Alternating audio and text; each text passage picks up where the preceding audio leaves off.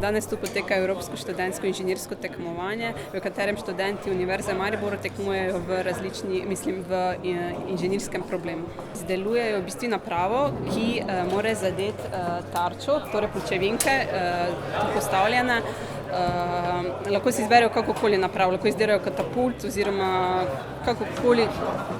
kakšnokoli napravo, ki bi bila sposobna zadeti te pločevinke, ne smejo pa jo upravljati z rokami, se pravi, mora biti daljinsko izza pregrade, ki jo vidite tukaj na poligonu.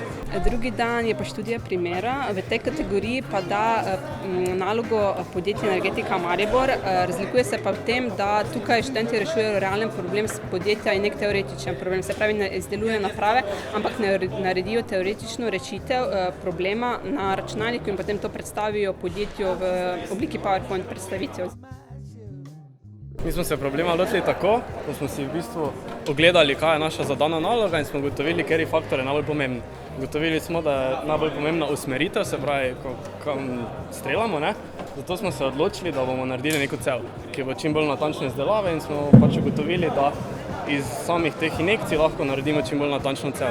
Se pravi, sama sila ni toliko pomembna, saj v bistvu so te piksne zelo nizko, se pravi, je samo pomembno, da projektil usmerimo in da pride do zadanega cilja, to je 3 metrov.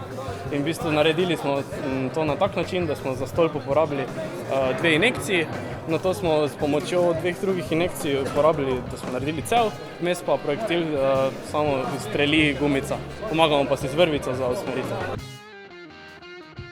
Imeli so zadevo, da narede kakšno napravo, s katerom bojo zadeli pločevinke in imajo na začetku na mize dobe žogice, s katerima rabe zadeti tisto pločevinke. Imajo 5 žogic in 5 pločevink, za vsako žogico za eno pločevinko.